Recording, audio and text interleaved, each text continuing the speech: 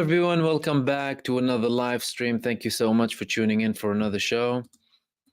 I had a video posted earlier on, and this live stream is primarily to add a couple of details. We've had a lot of updates in the past couple of hours, really, and I wanted to share a couple of things with you. Firstly, the previous video that I posted was mostly about the attacks that happened in Iran. And by the way, thank you so much, everyone, for joining in for a late live stream. I didn't intend to have a live stream, but because of the developments, I decided to have just another one in case, we have other updates this evening. So in my previous video, and if you're new to my channel, welcome, by the way. Thank you so much for tuning in. These live streams are sometimes more in-depth and to open the space up for the community as well. And videos are usually a little bit shorter. Now, when it comes to the previous video, I spoke about the attacks that we had on Israel earlier on today. And things are escalating and developing. Firstly, we had the confirmation coming from Hezbollah about the targeting of their Secretary General Said Hassan Nasrallah, his assassination. They confirmed it, and that's what, of course, everyone was waiting for the actual confirmation from them. So that was confirmed. Of course, Netanyahu was celebrating, and now we have lots of intense attacks. Firstly, we had an attack on a US base in Syria, one of the most important bases in Syria. I think it's called Conoco base. And we had a big attack coming most likely from Iraq on the Eilat port.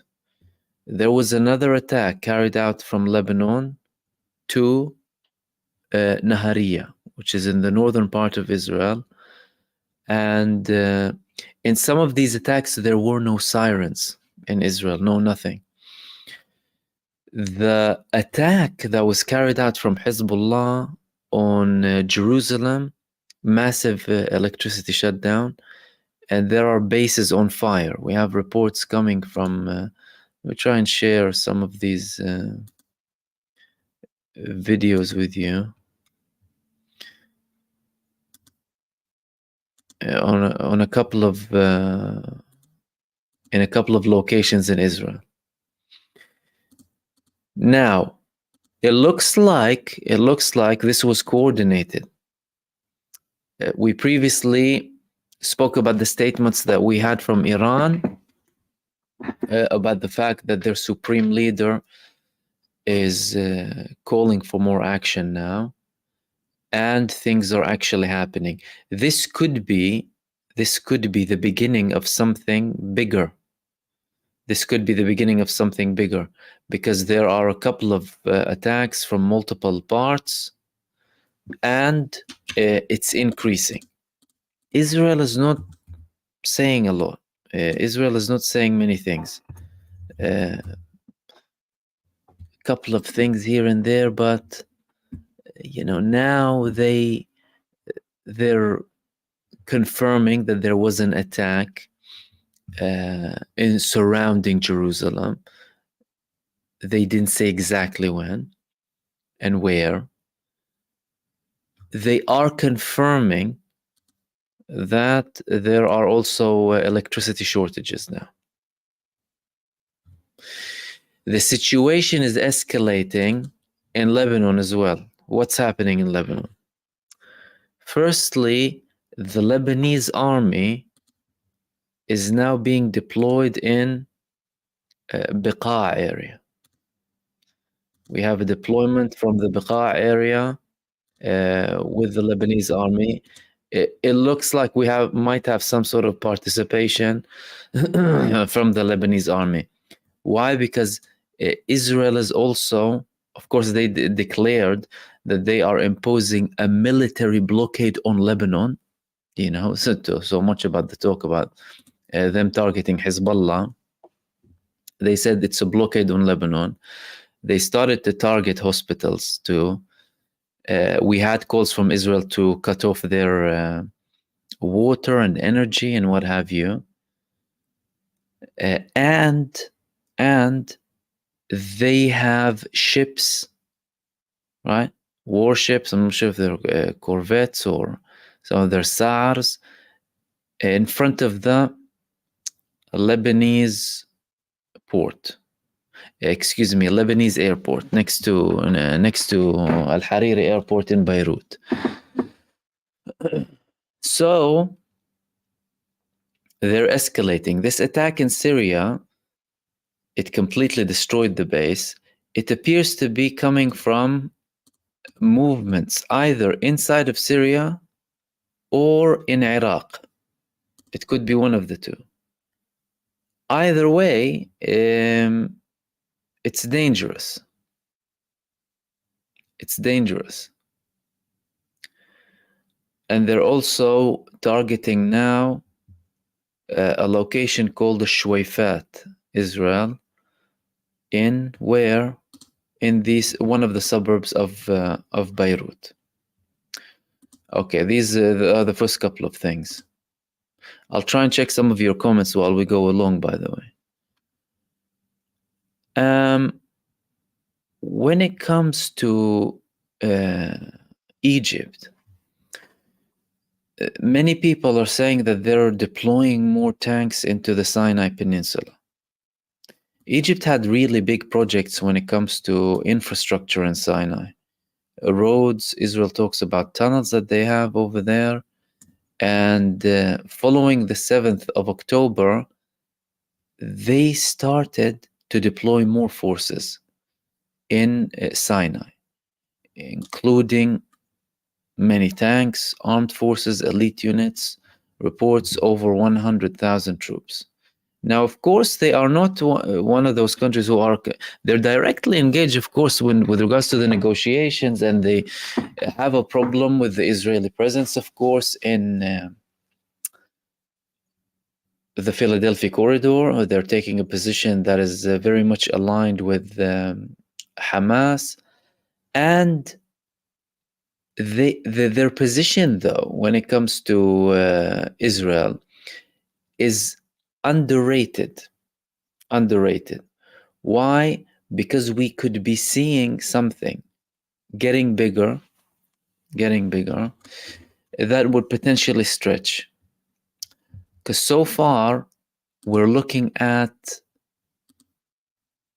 an escalation in a country that is having an expansionist view. So previously, of course, they said, oh no, we're only targeting Hamas in Gaza. Now, of course, we saw the genocide in Gaza. Then they did the same thing when it comes to Lebanon. Now, again, hospitals, people, residential buildings, all of that happening in Lebanon.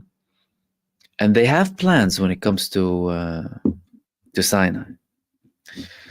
So Egypt could feel like they have something coming towards their direction. Why? Because, of course, Israel always had an intention to reoccupy Sinai. They were already in Sinai before. Now, they feel like it's coming. It's their opportunity now. So when it comes to what they're doing in Lebanon, they even declared, we've been waiting for this moment for many years. And there's been a lot of talk about how did Israel infiltrate Hezbollah more so than they did with Hamas. And there are a couple of reasons for that. And I mean, infiltration here, when it comes to the people more than the capabilities. Why? Because the capabilities have not been hit. Now they're targeting Israel with missiles, and sometimes Israel has no sirens even. And this missile that lands in the heart of Israel. Now you're talking about the biggest settlement in Israel, Ma'ale Adumim, and electricity shut down. clearly they're targeting strategic places. I mean, there are some reports that there was like a military meeting or what have you was near a base, but the information is not very clear. All we saw is that 2 missiles landed there from Lebanon, most likely, and it caused a massive power outage. Some people posted videos of police vehicles around the area, but they feel like this is their opportunity.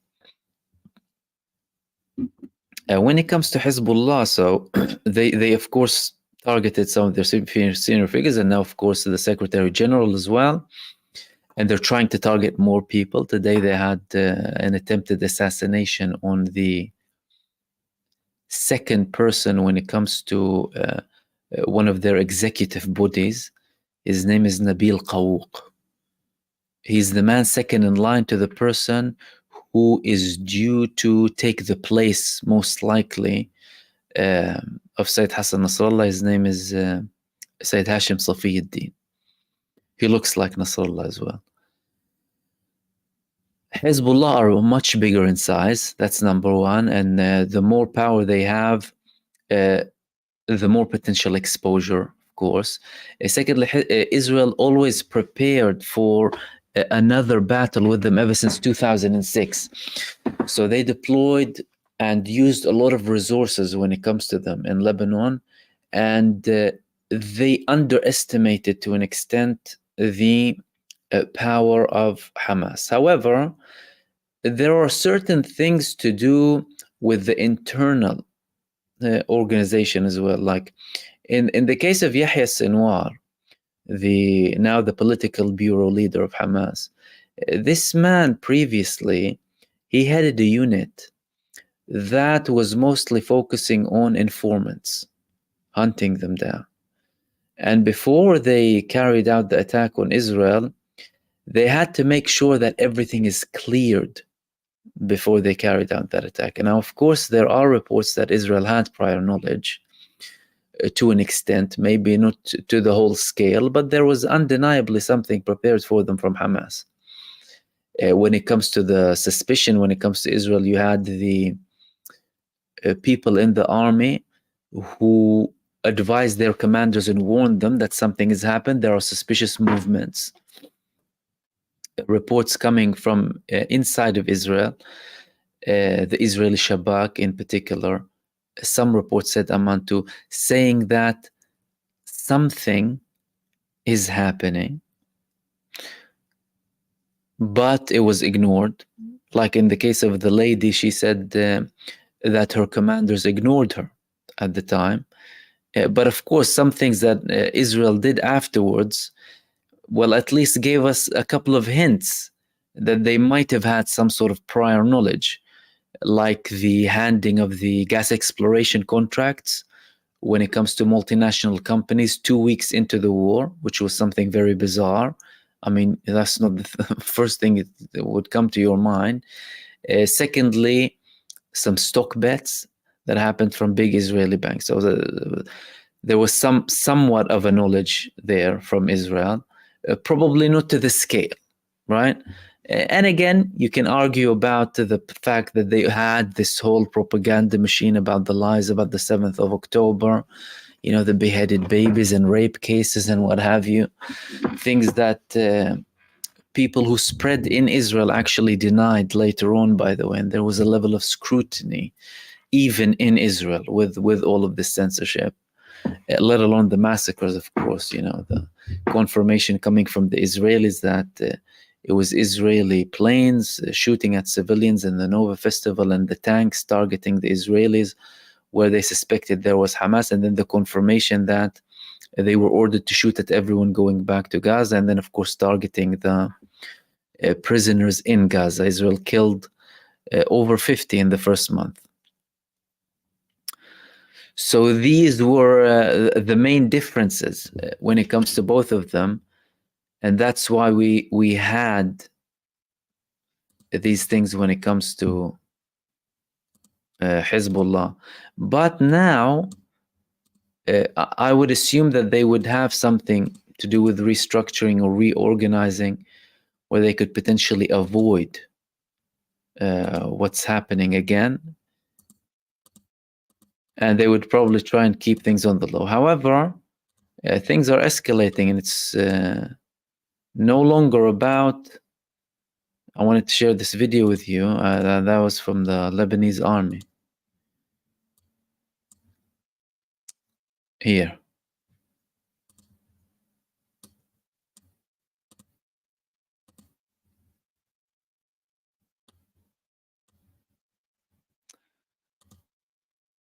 بدأت قيادة الجيش اللبناني، وتحديدا هنا في البقاع وفي عدد كبير من المناطق اللبنانية، نجد إلى أن هذه قوة مؤللة تابعة لفوج التدخل السادس الذي بدأت طلائع الملالات العسكرية تخرج من الثكن العسكرية للانتشار على أبواب المدن والطرقات والقرى والبلدات.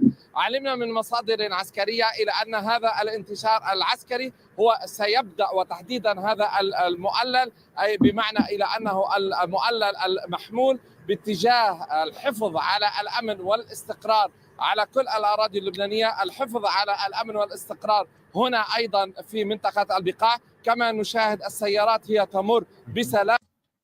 Apparently they're saying they're there to kind of make sure the security is okay and everything is fine when it comes to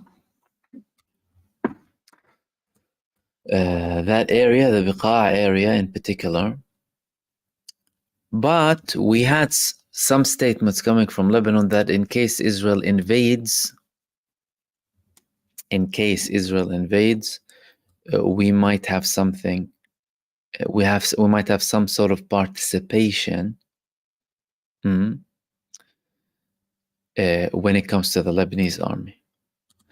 Larry is saying, Mahmoud, the reason why they went all out against Nasrallah can be linked with the success of the strike on Mossad's HQ with Qadr 1 missile on September 25th. What's your thought?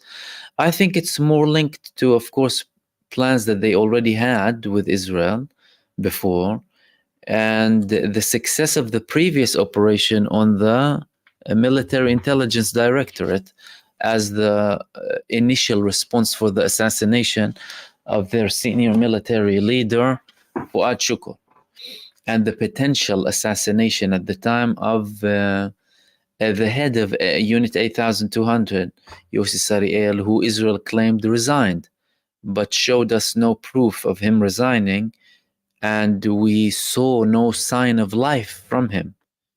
And usually when someone resigns, you have a ceremony, and they did not have a ceremony. So it could be linked with the two, and it's also linked with the ambitions of the United States in the region.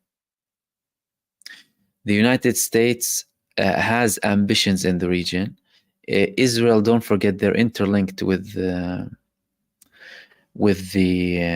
United States. It's not as if you're talking about two separate entities here. You know, when Biden and the Pentagon tell you we didn't know, but what do you mean you didn't know? Your planes, your bombs, your money. So hey, I'll give you everything you want, and I don't know what you're going to do with it.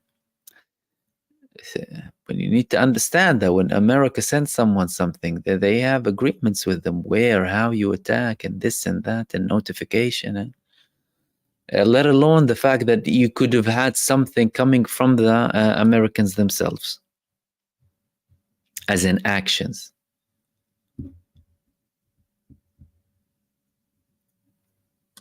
Infinite Content, thank you for your super. He said, while all this is happening in Lebanon, Al-Qassam brigades are very actively taking out tanks and carriers in Rafah, but I thought they were taken out.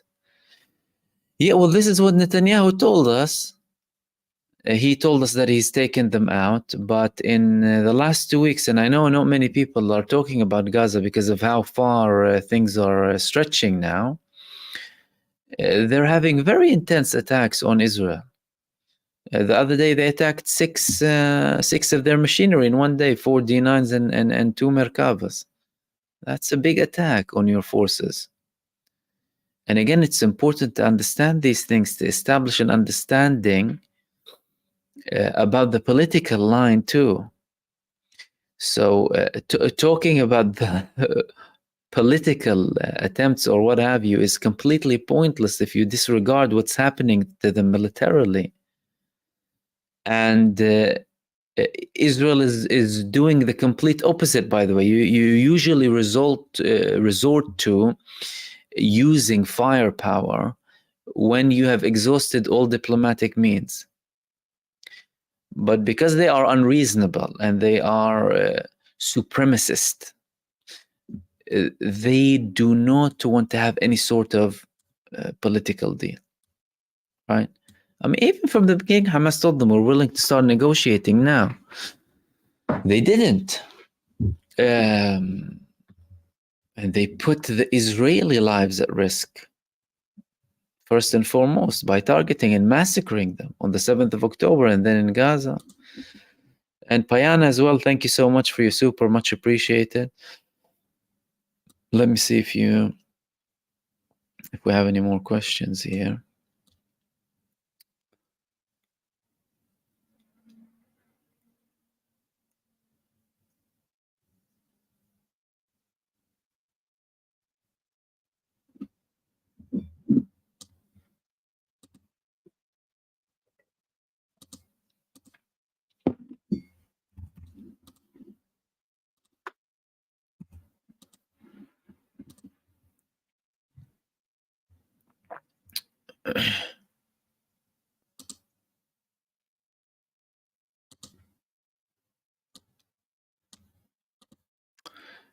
Tell boss, thank you for your super chat. As an American myself, I'll say America is controlled by Jews at every level. Well, I mean, there's an argument that there's a strong Jewish lobby in the United States that is very, very much aligned with Israel. So a Zionist lobby, really. However, don't forget also the Zionist population in general too, that have the backing as well.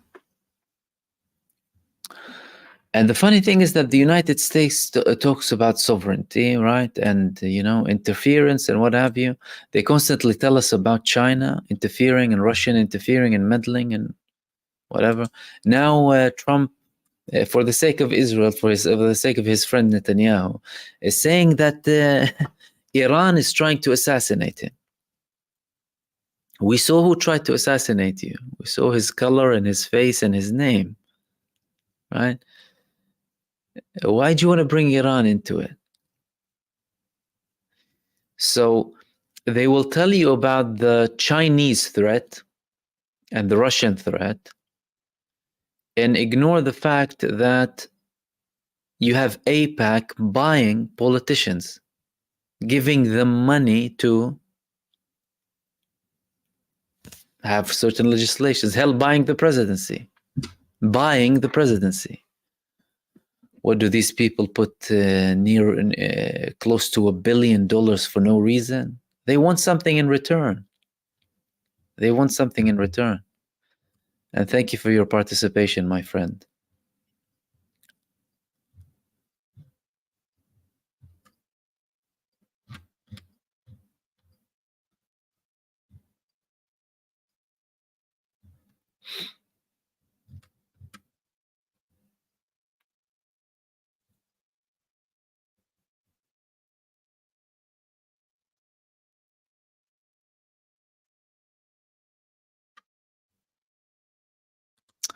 Irene Z, thank you for your question. You said, Assalamu alaikum, brother. Wa alaikum assalam wa rahmatullah. Could you please explain why people in Syria and Lebanon are cheering? I know the reasons, but many don't. Jazakallah khairan, brother. No problem. Well, firstly, when it comes to this, I haven't seen a lot in Lebanon. I have seen some in Syria, people raising the Syrian revolution flag. And to be honest with you, I followed the Syrian matter from the beginning. From what was labeled as a revolution initially, and then all of a sudden we started to have immediate interference, suspicious Israeli support for the Syrian revolution, suspicious US and NATO support for the Syrian revolution, or what they call as the Syrian revolution, a lot of manipulation when it comes to mainstream media. Like they'll started to tell you 600 people killed and this and that and massive. So there was something inflating what's happening, and there were suspicious movements there. Of course, there was, and there still is, by the way, Syrian will for reform and to battle corruption and problems and what have you. That's undeniable.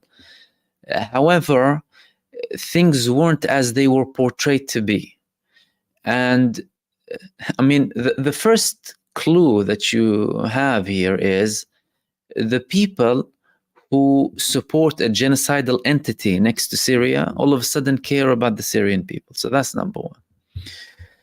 And of course, you had Hezbollah participating to support the Syrian government because they supported them from the beginning.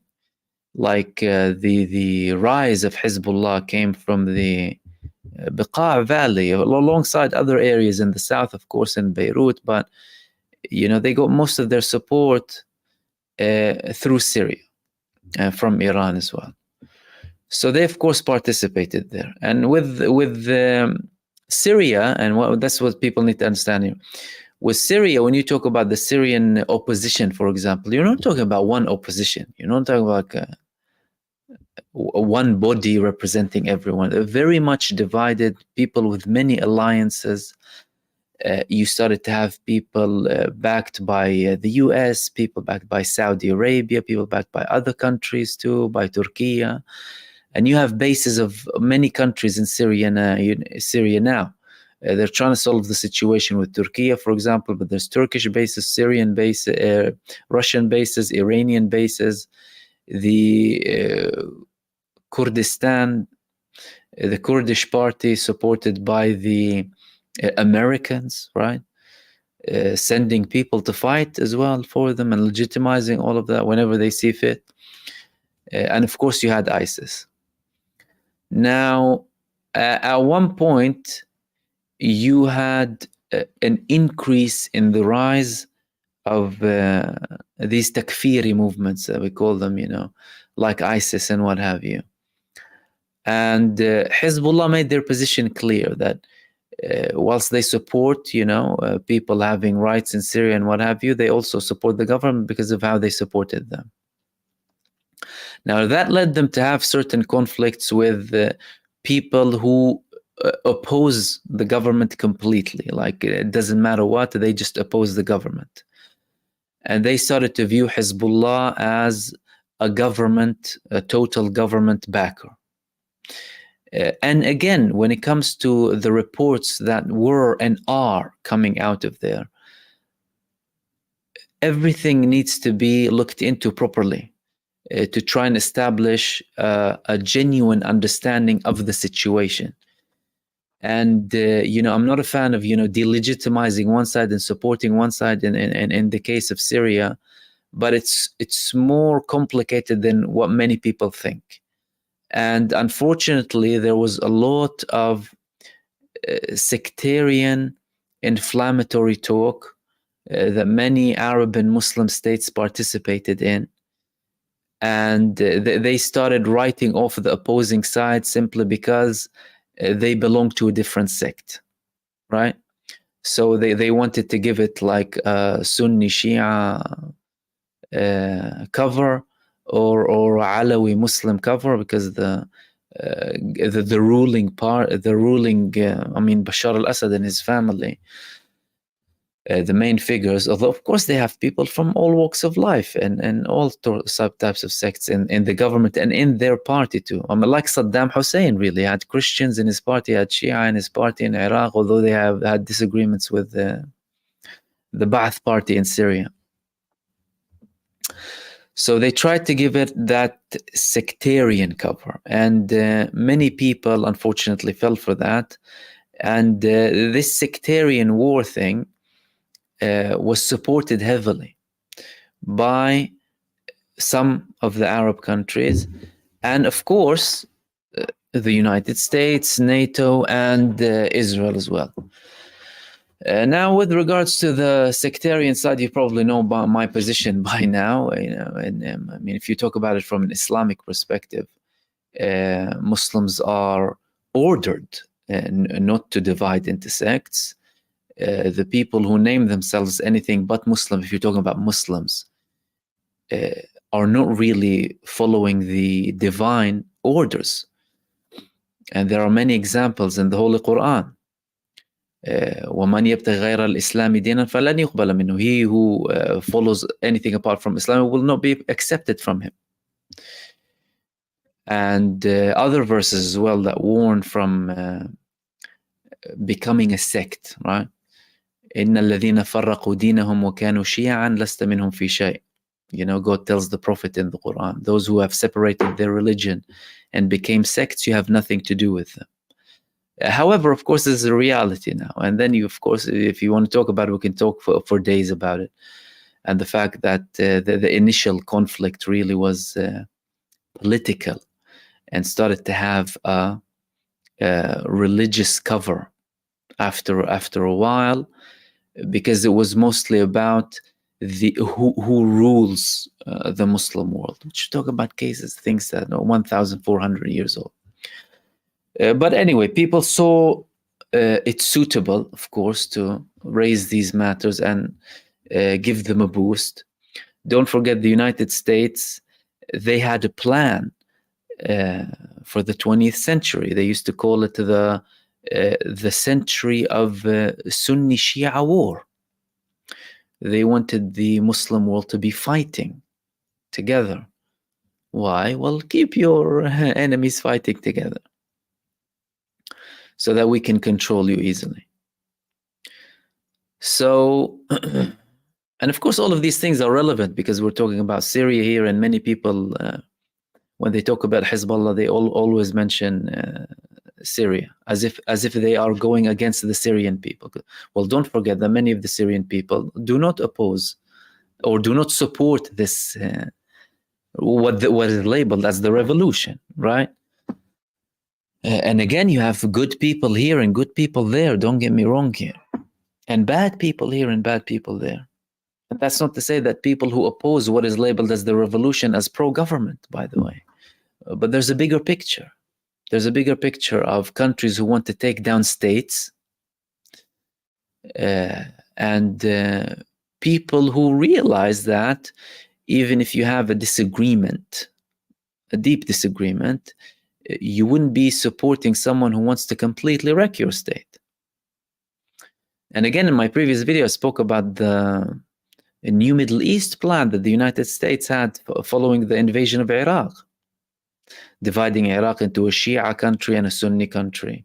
Saudi Arabia having a holy location right within Mecca and Medina, and then the rest Saudi Arabia. And they didn't keep it a secret that they had plans for countries, and many of them, they participated against them. Like Libya, Somalia, Syria, Lebanon, Iraq, and Iran. And that's why you have all of this now against Iran. And no matter what, though, I cannot sympathize with someone who celebrates the death of someone who sacrificed his life supporting the people of Gaza and paid for it with his life. But this is what we need to understand here. There's people paid with their life in solidarity with Gaza, something that they did not have to do, by the way. They would have made life far easier for them if they haven't. And again, some people on the opposing side, nothing you would say would convince them, right? But how can anyone bring himself to a position where he will thank Netanyahu? Thank you, Netanyahu. Thank you, Netanyahu. Have you seen what he's done in Gaza? And again, a lot of it is misinformation. Like, I personally have experience. I know some people who are reporters in Syria who are blatant liars. People with 700,000-800,000 followers, 1 million, some of them millions of followers. Blatant liars, there to distribute propaganda and lies. And I mean, with regards to the sectarian issue, you know, maybe we need a few generations to get rid of that. But it'll probably be something that constantly is there. It's unfortunate that people who, declare themselves as clerics or people who speak in the name of the religion say appalling things about fellow Muslims. I mean, fellow Muslims, you look at each other as a Muslim family, and that is part of a global humanity, a humanitarian family. Like how you would look at your other human brothers and sisters who follow other religions or no religion, right? We respect each other and respect the differences, and we do not discriminate against them based on their view or path, right? But again, unfortunately, some people don't have this view. They don't have this view. They don't have peripheral vision. They see everything through a microscopic small lens. They don't have peripheral vision. And they don't realize what they're doing. They do not realize what they're doing. Like the Quran states about them, وَيَحْسَبُونَ أَنَّهُمْ يُحْسِنُونَ صَنْعًا, and if they believe as if what they're doing is good. So I hope that elaborates.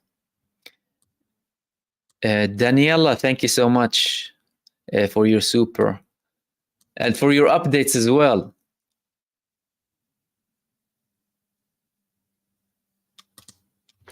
Mahmoud, that's Gulliberg. Do you think Saudi Arabia will go all out against Yemen if an all-out war breaks out, or has tension between the two decreased? You see, that's the thing here. If you want to look at Saudi Arabia, look at the global players too.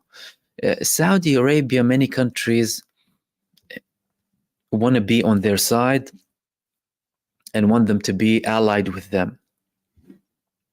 The United States position is, of course, constant divisions and problems.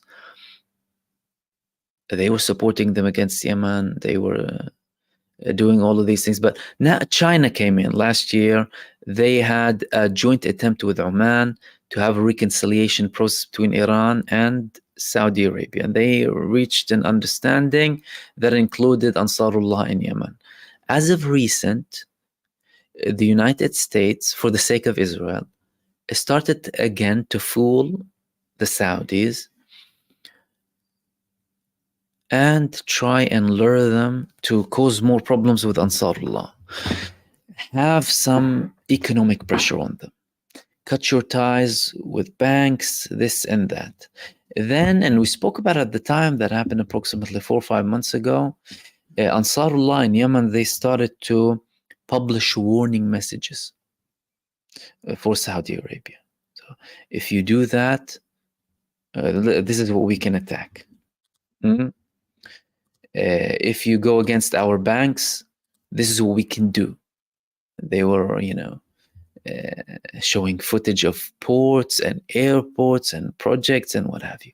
Since then, it de-escalated. So it appears that Saudi Arabia retracted slightly. The way I view it is, I think these people just don't want to intervene in anything. Like Mohammed bin Salman was quoted to say, as if I personally don't care about the Palestinians. Reported to have said. And again, reported based on Western mainstream media. He might have said that. And he's entitled to say that. If you want to say that, no problem. If you do want to have your own whatever, fine. The problem starts to happen. The problems begin when it stops being about lack of interest, but becomes part of the problem. Mm-hmm. And we had these examples. For example, like we were speaking about the sectarian tone and what have you, Saudi Arabia played a big role. All of a sudden, when there's something to do with sectarianism and, calling other people infidels and what have you, they'll start sending their people and supporting and doing all of these things. Now, I don't think they're really interested in having problems internally. They're thinking about, being a tourist hub, being an investment hub. They have these lavish projects, being an internationally appealing country when it comes to sports.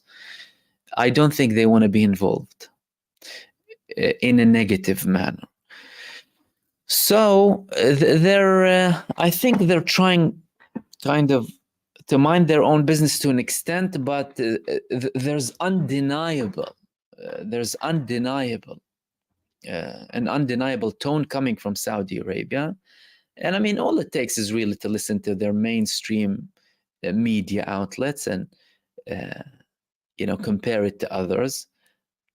If we want to talk about the Palestinian case, you'd really want to listen to what Israel thinks about them too, and why they seek peace with them, and how they showed willingness to have peace with them, although previous Prime Minister Ariel Sharon, in the year 2000, there was a Saudi peace initiative. He tore it to pieces. He ripped it apart.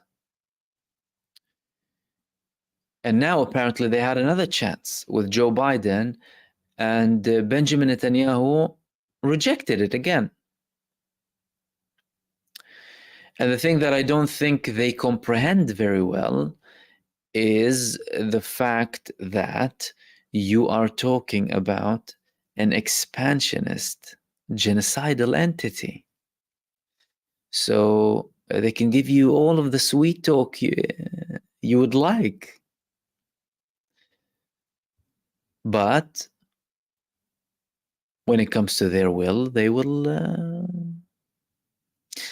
expand their genocide and occupation. Look at how many problems they had with the UAE, by the way. They had a recent peace treaty with the UAE. They had beefs with them. They had problems to do with security, things to do with tourism.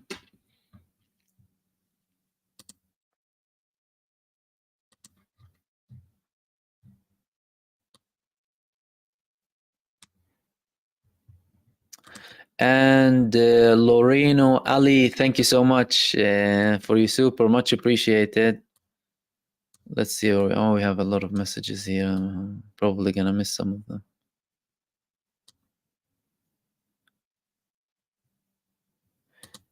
The Incognito is saying, Mahmoud, what's your take on Marsh? And thank you for your super, my brother. He said, what's your take on Marshmar's analysis of Russia backing Iran? Well, to be honest with you, I haven't heard his analysis. But what I would say about Russia's backing of Iran is that it's understandable.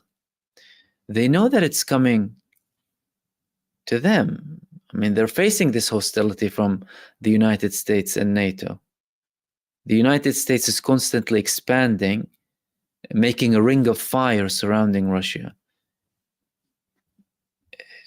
completely contradicting their agreements they had with them in the 90s following the fall of the Soviet Union, having more NATO countries joining, surrounding Russia.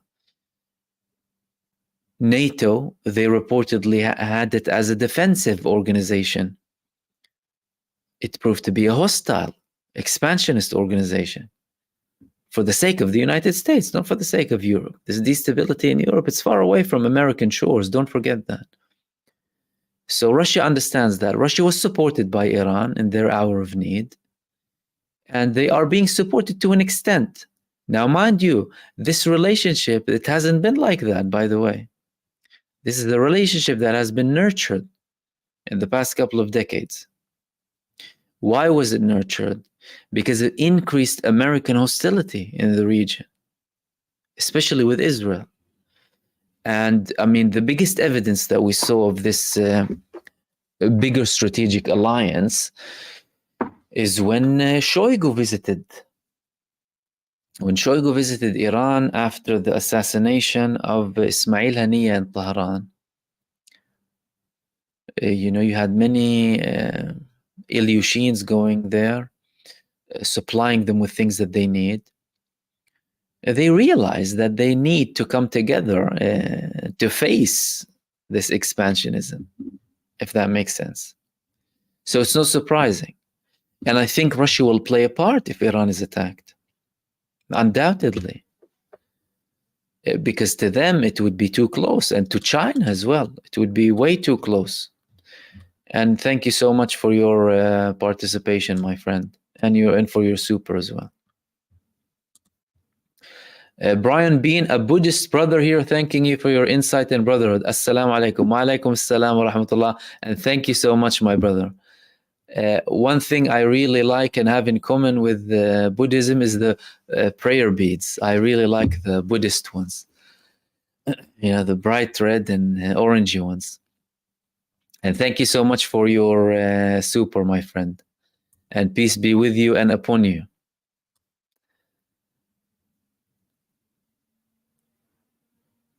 Okay.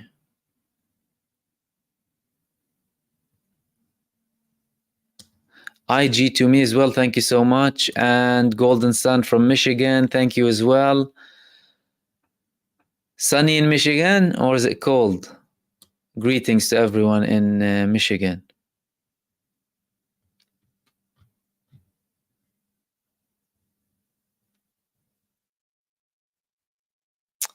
Sayyid Al Masood, important news analysis. Thank you, my friend. Thank you for membership. My own disagreement about your hope on Egyptian army. That is a Zionist force, a rotten organization destroyed 20 years ago. Please do not give hopes on them. No, it's not hope, my friend. People always misinterpret analysis. It's not about hope. It's about reading things that happen. When you speak about an event that's happening that might not be in line with an idea you have about a certain government or army, and we all do, that doesn't mean you're endorsing them. And even when we speak about everyone who speak about constantly, that doesn't mean you endorse them, right? It's about analyzing what you're seeing in front of you. Of course, there are things that you will blatantly support, like causes of justice, right?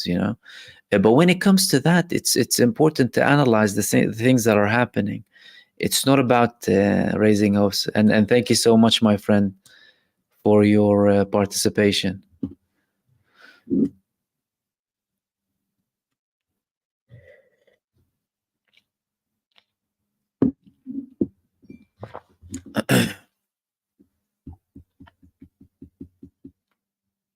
Vivette, do you think U.S. provided intelligence that helped Israel conduct the assassination yesterday? Well, of course they helped. They would help with everything. They're helping them with the weapons, with the money, with the bombs, with everything. And they want Nasrallah down too. So of course they'd help them.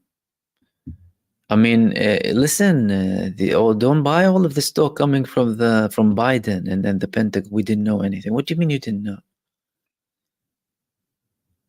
Look at the state of the world that we're living in. A war criminal, a genocidal war criminal, firstly goes and sits in the UN General Assembly, an organization that should be buried after this. Excuse me. And then making a call with his genocidal military advisor to authorize a genocidal attack on a sovereign nation. But the US doesn't know.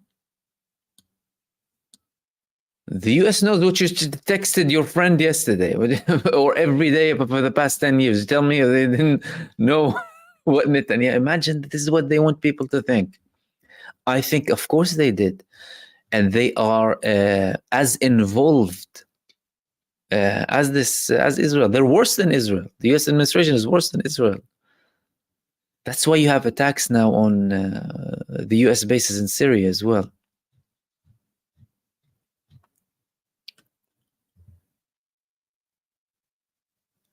Jimmy Eyes, you're asking about the Houthis, if they had 2 US destroyers.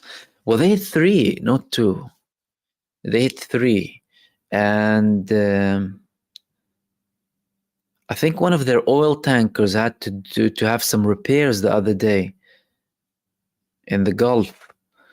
So they are attacking. They're attacking heavily.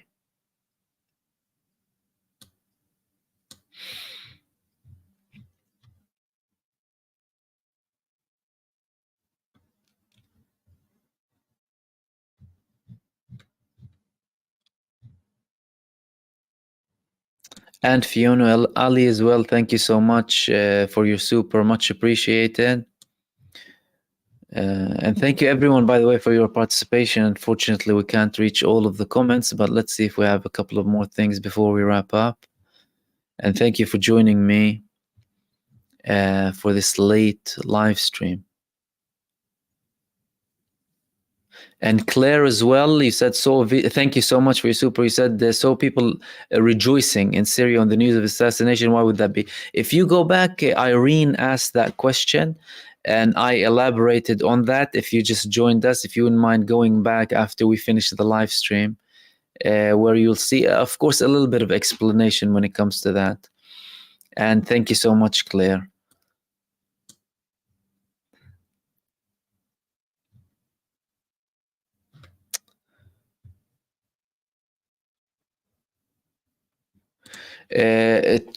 Traforhek, could the assassination of Hassan Nasrallah trigger a massive war similar to how the shooting of Archduke Franz Ferdinand in 1914 ignited the World War I? That's very interesting. Yes, it can. Of course it can. Listen, I think it's becoming evident by now to anyone with a sound mind, a functioning logic, and a bit of moral compass that Israel is a genocidal entity supported by genocidal entities, and they are going on an extermination, expansionist war to take down everyone who opposes them. And when it comes to people being killed, of course, over 40,000, the number could be much higher in Gaza in this genocide. Every human life is as valuable. It's not that, lives have more price than other lives. Every innocent person who is killed is a life lost. Life with family, with stories, with ambitions, with everything surrounding that.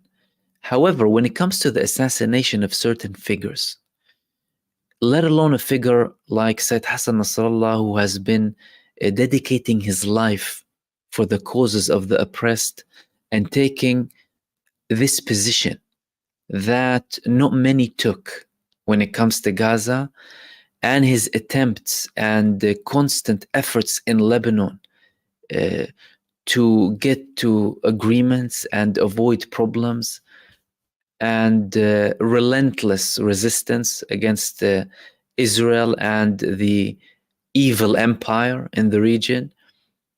This is a massive assassination. This is a very big assassination. So, no wonder Netanyahu's happy. It's his biggest assassination. It's probably Israel's biggest assassination ever, right? But, the biggest assassination ever needs to come with a price. If it doesn't come with a price, it's a problem. People are already saying, look, Iran, this is what happened when you did not retaliate for the assassination of Haniyeh. They came for Nasrallah. And now, if no one does anything, they would think that everything is legit. With or without that, they are waging a war of extermination, and they're using these fronts that some countries, a minority of the countries who happen to be the most arrogant and the biggest in terms of genocidal history and the biggest terrorists on earth, falsely describe as terrorist organizations for the sake of a genocidal terrorist entity. They use them as a front. Not that we, of course, view them, God forbid, the same way that the depraved and immoral view them. No, of course not. Legitimate resistance movements who care for their people and defend their people. They are using them as a front for a bigger project. You saw Gaza and what they targeted in Gaza. Hamas. Now Lebanon, Hezbollah. That's the key word. Then, slowly but surely, military blockade on Lebanon. Oh, hold on a second. I thought you didn't have a problem with the Lebanese people. But if you're imposing a military blockade on Lebanon, you're imposing a military blockade on every Lebanese person. Hezbollah or no Hezbollah. Then, dictating who lands in the airport. Then, threatening to start cutting off the water and gas. Then, targeting civilian buildings. Then targeting hospitals. Did you see where things are going? And with the assassination of someone at the level of Sayyid Hassan Nasrallah, there has to be a response from the other side. And I think this will be escalating. Because with or without that, Israel was escalating, right? Weren't they escalating? Why was Netanyahu escalating when we were so close to a ceasefire? Unprecedented numbers of Israelis in the streets calling for a ceasefire, and then he goes and puts a stick in the wheel. Why? He is on a campaign. Right? That's why people are calling him an agent, right? An agent. He's there to have a job, to do something. Of course, enabled by the state of Israel as it existed, by the countries who support it, enable it, of course, with the rich history of racism and supremacy and enslavement and genocides. Don't forget that. So it might be the thing that would escalate everything. And now we are seeing the escalations. And again, Netanyahu is claiming that killing Nasrallah is is raising the prospect of having our residents back in the north. How? More Israelis are going into bunkers now. How are you bringing peace and safety? When Hezbollah, by the way, practiced so much restraint, by the way, they constantly said, we don't want all-out war. Even when Israel targeted senior figures, they just target the military posts and what have you. And again, don't forget Hamas, after the operation, they told them, we're willing to end this now and enter negotiations because we did it because you weren't listening to us. And hell, well, there's an example of not listening to us, right? You have the Palestinian Authority in the West Bank, following the Oslo Accords, negotiating for 31 years now, having a peace process. And one hell of a long time. Lily M, thank you so much. Aloha from Hawaii. Thank you for your tireless work, Mahmoud. My pleasure, dear. Thank you so much for that. And thank you so much for tuning in.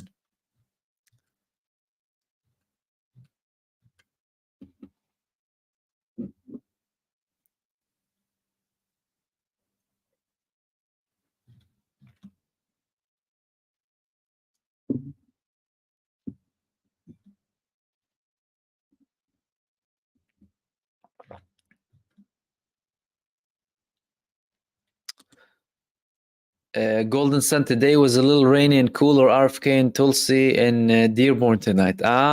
Thank you for elaborating. And thank you for your super as well, my friend.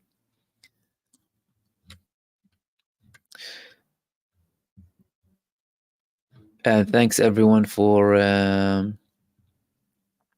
participating.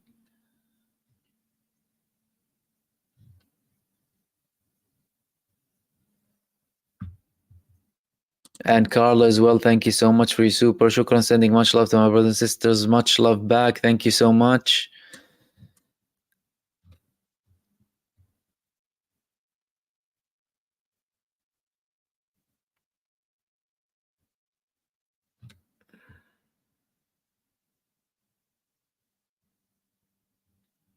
And Ryan, thank you. You said, hi, Mahmoud Hassan Nasrallah knows they will kill him. He said that in one of his last speeches. Well, yeah, he knew they were about to kill him. Like when he had this speech for Fuad Shukr, he said, I won't say as in, I won't say goodbye, but I will say see you soon. It's as if he knew his death was coming. He knew he was putting himself on the line. And when Hezbollah released a video of their underground facilities, I found something interesting.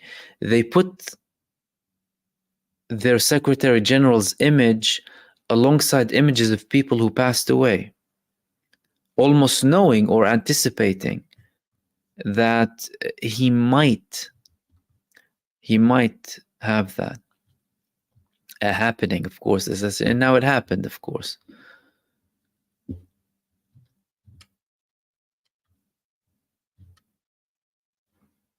Also saying, do you think Khomeini is next? Well, it's Khamenei, not Khomeini. Khomeini passed away a long time ago.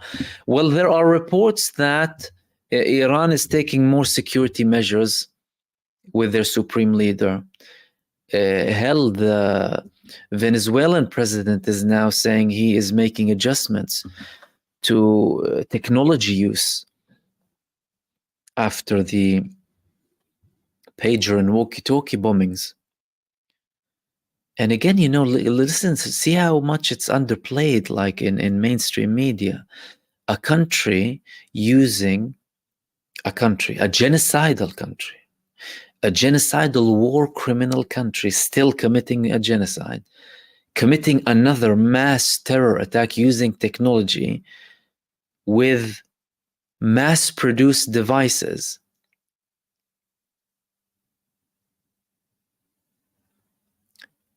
I mean, if someone had something in his shoe that starts scanning shoes in airplanes, you know, stop banning all sorts of stuff, and then to the contrary, they were hailing it, saying, "Oh, heroic," and what have you, and as if, you know, it's okay when it comes from their genocidal entity.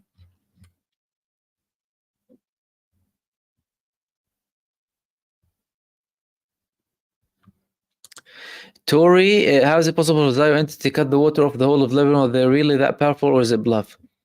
Oh, they have the firepower to start striking strategic facilities, to do with food, to do with energy, electricity, everything. Now, Lebanon is blessed with rivers. They have some rivers, they have some water, but Israel can harm them.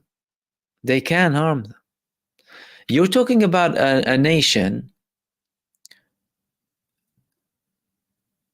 that, firstly, in the West Bank, they have an apartheid regime. They control the water resources.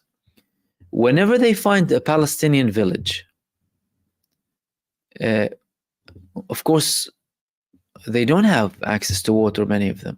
They'll find a well. They'll go and fill the well with cement. They're that sociopathic. They're that depraved.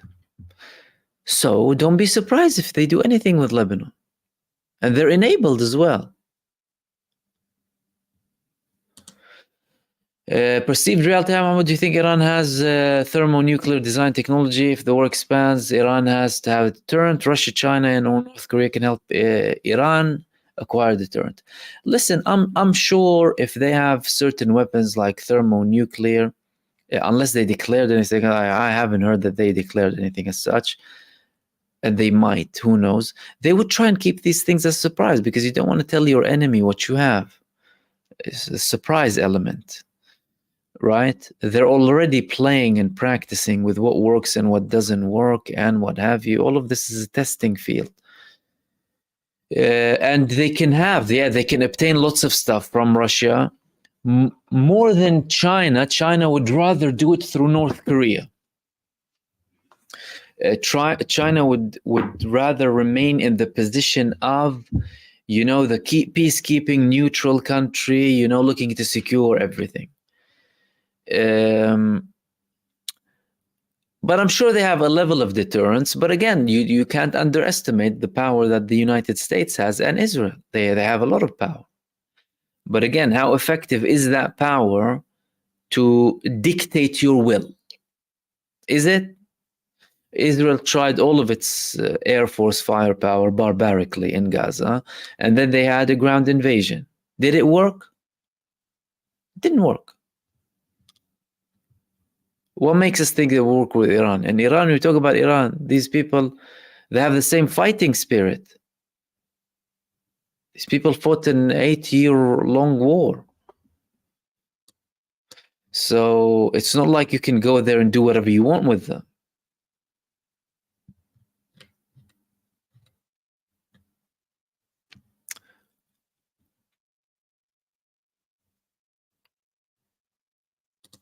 And Ryan78, thank you so much for that. He said, do you think Israel, by killing all leaders, are weakening Hamas and Hezbollah, or Israel digging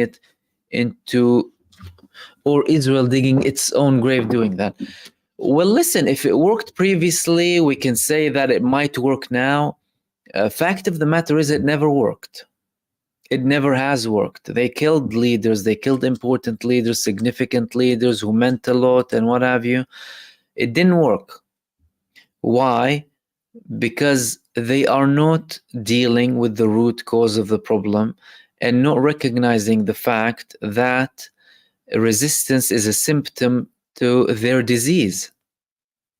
It's an antidote. Now, a clever person would deal with the problem from the root, right? You want to defeat Hamas, pull the rug. What's the rug? Everything they established they're fighting upon.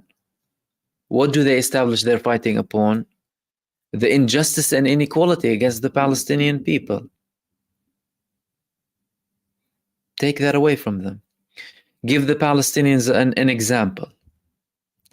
But to dictate to the Palestinians or other people, by the way, and the whole world now, by the way, they want to dictate how the world thinks, by the way. That's why they control mainstream media and try and brainwash you and manipulate you and spend billions on bots online and advertisements and blackmailing networks and all of this garbage instead of, dealing with things. But that's Israel for you. So they are digging their own grave with that. And if they're, like I said, like if you have like 10 self-destruction buttons in Israel, Netanyahu's ticking all of them. He's sitting on them.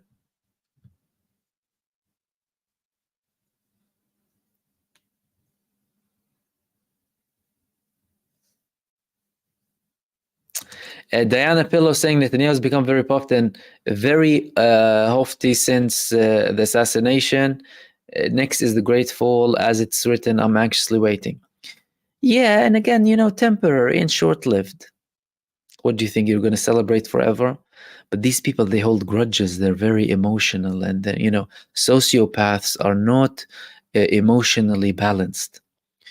They have a lot of emotional problems, rage problems. Like he was quoting the Secretary General of Hezbollah when he told the Israelis that they are weaker than a spider's web. And now he's saying, you told us we're weaker than a spider's web. No, we're like steel, a nation of steel. He can't hear you now. He's gone. Who are you talking to? But you understand this mentality, sociopathic, psychopathic mentality. So, yeah, he is. I mean, if they had progress, we'd say, of course, there's no denying if they kill a leader of their opponents, then they accomplished something big, haven't they? It's a score, they hurt them, but when it comes to the structure, it's not like not like your traditional hierarchical structure. Let's say they destroy all of Hezbollah's main command, for example. You will still have the population, still have the people. Plus, they're not targeting the things that are effective against them. So they cracked something when it comes to figures and where they meet and this and that. But they didn't crack what's hurting them. The drones, the missiles, the threat. And again, he's behaving arrogantly, as if only by force will we achieve, what we want.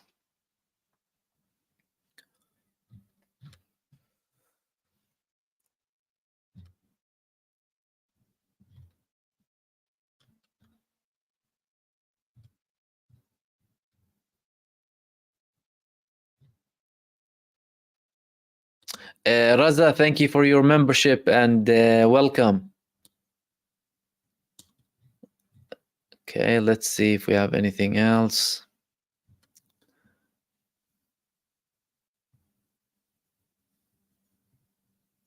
CC is asking, what do you think will happen in Jordan? The people seem to be on the side of the oppressed while the king is on the side of the genocidal powers. You're right, but we have had threats coming from figures who are close to the Israeli Prime Minister Benjamin Netanyahu, saying that Jordan is next. They're building a wall with Jordan after they had this, the Jordanian guy killed 4 Israeli security officers. And you're talking about a country they have a peace treaty with. Likewise with Egypt. That's why, again, there's this lack of trust when it comes to Sinai. They know. And Jordan always criticizes Israel when they hear more figures from Israel saying the nation state of the Palestinian people is Jordan. So people in Israel believe that, including who? Netanyahu and his government. They believe they should be in Jordan, not in the West Bank. You see, when they finish with Gaza and then you have Lebanon, and they'll go to the West Bank. I mean, they're already doing stuff with the West Bank. I mean, the Jordanian foreign minister, he said that, any potential or any expulsion of the West Bank population to Jordan would be a declaration of war. That was a serious statement coming from them. But again, you're not talking about anything significant. Nothing too significant.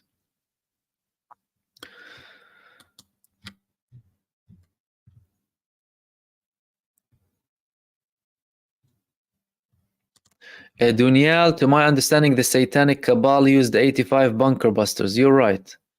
Over 80 tons of explosives on a residential area. Imagine.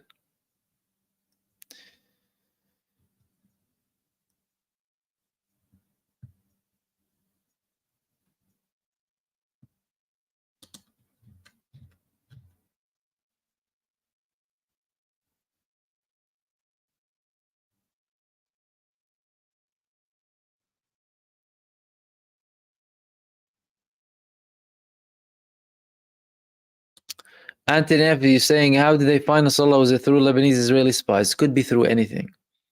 Technology, AI, spies. Don't forget they have support. The UK supports them with spy missions. America supports them with spy missions. I'm sure there are, people who hate Nasrallah who would have given them info. Plus, of course, Israel is very advanced when it comes to technology. So it's not like they need a lot of assistance. And Anthony, could Nasrallah death be a hoax tactic Hezbollah are using? No, that's not. Body double, maybe no. They would not declare such a thing as a hoax, not at all.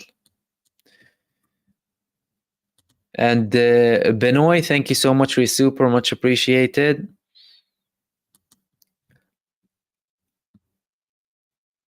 And Amr as well, thank you. He said, Mahmoud, where do you see Hezbollah capabilities in terms of anti-aircraft capabilities? That seems to be their key weakness. Yeah, that's the weakness of all of them, the anti-aircraft. Now, Israel could have potentially targeted some of them if they had certain knowledge, or in the assassination, they could have tricked them. Israel was talking about how they conned Hezbollah. So they did certain things to confuse them, and Netanyahu went to the UN to act as if it's business as usual and what have you, to have a bit of a shock element. Another argument is that they could be saving them for something more strategic, and another argument is they might not have many of them. and they only used them against the UAVs of Israel when they felt it was safe to use them without being found, right? Because they might not have many of them. And of course, by the level of what Israel is doing in striking, again, unless they made a strategic decision not to for one reason or another, that's still a very weak point. And Israel always had superiority when it comes to the Air Force.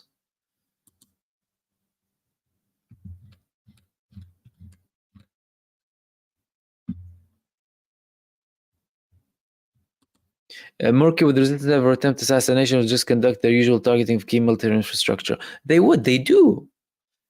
Israel imprisoned many Israelis who were working for Iran and Hezbollah. So they try and get information. So they try and do stuff with that. But again, they're not as advanced as Israel when it comes to this. Okay, let's see what else we have.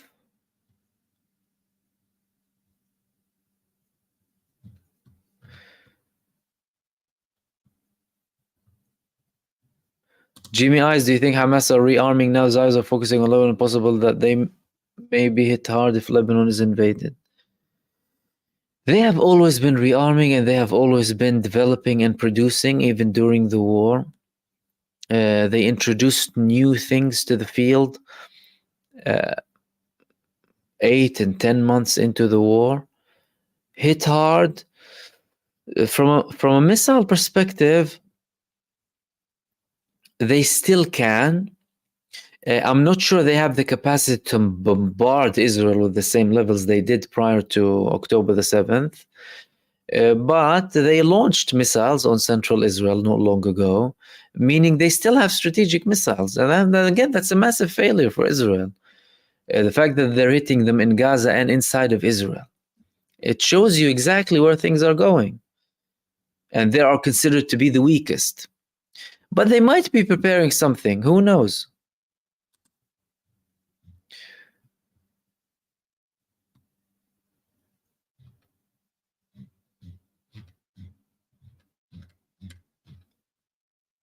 Okay. We'll wrap it up here, guys. And a couple of last thank yous. Isa Al-Kubi, thank you so much for your super, much appreciated. Said, thank you for keeping us informed. Salam from Cuba. Greetings to you and everyone in Cuba. And may Allah subhanahu wa ta'ala give victory to Muslims. Amen. Amen, my friend, and all the oppressed globally. And thank you so much for your participation. And also Dawah Trucker said, Mahmoud, salam alaikum wa alaikum salam wa rahmatullah. I believe that despite the psychopaths have a normalization pact with Jordan, Saudi, they don't yet have one with Saudi. They want one. I believe that the Zion Nazis will break their pacts and attack Jordan, Saturday, Egypt, Iraq. Listen, we just spoke about that, and you're correct. They have a problem. They have a problem with everyone. They are an expansionist entity. They are a planted fake entity based on pseudo history with fake people who changed their identities, like their Prime Minister Benjamin Milikovsky. They are there as a fake neo-colonialist project. That's why US and their Western puppets are supporting them so heavily now. And they have the capacity to conduct hostile actions against countries who they have peace treaties with. And that's why these some of these Arab states are delusional. It's like, don't you see that it's coming for you as well? And also Judy Cook said, thank you for your wisdom and humanity. And thank you, my dear, for your wisdom and humanity. We need to appreciate so much. I'm glad to hear that. And thank you so much for that. And I'm here. Thank you very much. And thank you everyone else who participated in the chat. We'll wrap it up here. Yes. Okay, everyone, thank you so much again for tuning in for another show. Thank you so much for your participation, your highly valued participation, and kind and wonderful comments. Thank you to everyone who sent supers, much appreciated.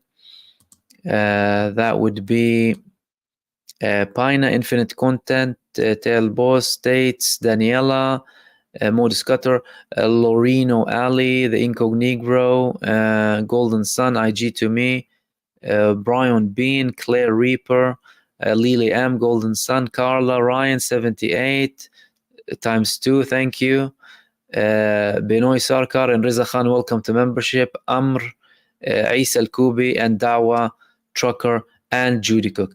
Thank you very much. And of course, apologies if I missed some of your comments. Usually, well, of course, with the live streams, almost impossible to reach all of them. But I'll hopefully be with you tomorrow, either with a combination or with just a video or a live stream.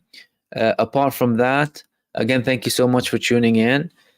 Stay blessed. Have a wonderful weekend.